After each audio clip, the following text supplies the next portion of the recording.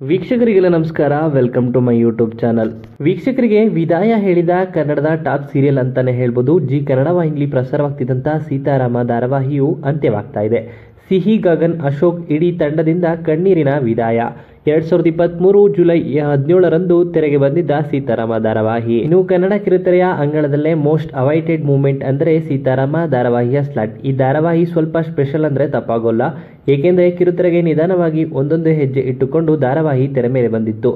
ಇನ್ನು 2 ವರ್ಷವನ್ನ ಪೂರೈಸದೆ ವೀಕ್ಷಕರಿಗೆ ವಿದಾಯವನ್ನ ಹೇಳಿದೆ.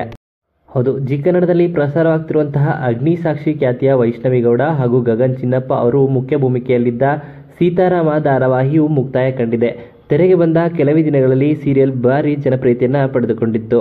ಆದರೆ ಇದೀಗ ಧಾರಾವಾಹಿ ಅಂತ್ಯವಾಗುವ ಸಮಯ ಬಂದಿದೆ. ಈಗಾಗಲೇ ಸೀತಾರಾಮ ಸೀರಿಯಲ್ನ ಕೊನೆ ದಿನದ ಶೂಟಿಂಗ್ ಮುಕ್ತಾಯವಾಗಿದ್ದು, ಈ ವೇಳೆ ಇಡೀ ತಂಡ ಭಾಗಿಯಾಗಿತ್ತು. ಇದೇ ವೇಳೆ ಸೀತಾರಾಮ ಸೀರಿಯಲ್ನ ಕೊನೆ ಶಾಟ್ನಲ್ಲಿ ಕಟ್ ಹೇಳುತ್ತಿದ್ದಂತೆ ನಟ ಗಗನ್ ಬಿಕ್ಕಿ ಬಿಕ್ಕಿ ಅತ್ತಿದ್ದಾರೆ. ಹೌದು, ನಾಯಕ ನಟನ ಪಾತ್ರದಲ್ಲಿ ಕಾಣಿಸಿಕೊಂಡಿದ್ದಂಥ ಗಗನ್ ಅವರು ಬಿಕ್ಕಿ ಬಿಕ್ಕಿ ಕಣ್ಣೀರಿಟ್ಟಿದ್ದಾರೆ. ಅದರಲ್ಲೂ ಪುಟಾಣಿ ರೀತುಗೆ ದೊಡ್ಡ ಮಟ್ಟದ ಸ್ಟಾರ್ ಪಟ್ಟ ಕೊಟ್ಟಿದ್ದೇ ಈ ಸೀತಾರಾಮ ಸೀರಿಯಲ್. ಹೀಗಾಗಿ ಕೊನೆಯ ದಿನದ ಶೂಟಿಂಗ್ನಲ್ಲಿ ಇಡೀ ಸೀರಿಯಲ್ ತಂಡ ಬಿಕ್ಕಿ ಬಿಕ್ಕಿ ಕಣ್ಣೀರು ಹಾಕಿದ್ದಾರೆ.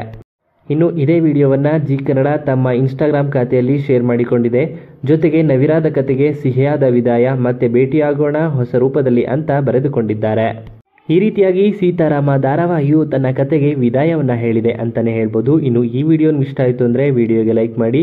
ಇನ್ನು ನೀವು ಕೂಡ ಸೀತಾರಾಮ ಧಾರಾವಾಹಿನ ಮಿಸ್ ಮಾಡ್ಕೊಳ್ತೀರಾ ಅನ್ನೋದಾದರೆ, ಹಾಗೆಯೇ ಸೀತಾರಾಮ ಧಾರಾವಾಹಿಲಿ ನಿಮ್ಮ ಫೇವರೇಟ್ ಆ್ಯಕ್ಟರ್ ಯಾರು ಅಂತ ನಿಮ್ಮ ಅನಿಸಿಕೆಯನ್ನು ಕಮೆಂಟ್ ಮೂಲಕ ಕಮೆಂಟ್ ಮಾಡಿ ತಿಳಿಸಿ. ಇದೇ ರೀತಿಯ ಇನ್ನಷ್ಟು ಹೆಚ್ಚಿನ ವಿಡಿಯೋಗಳಿಗಾಗಿ ನಮ್ಮ ಚಾನಲ್ಗೆ ಸಬ್ಸ್ಕ್ರೈಬ್ ಮಾಡಿ.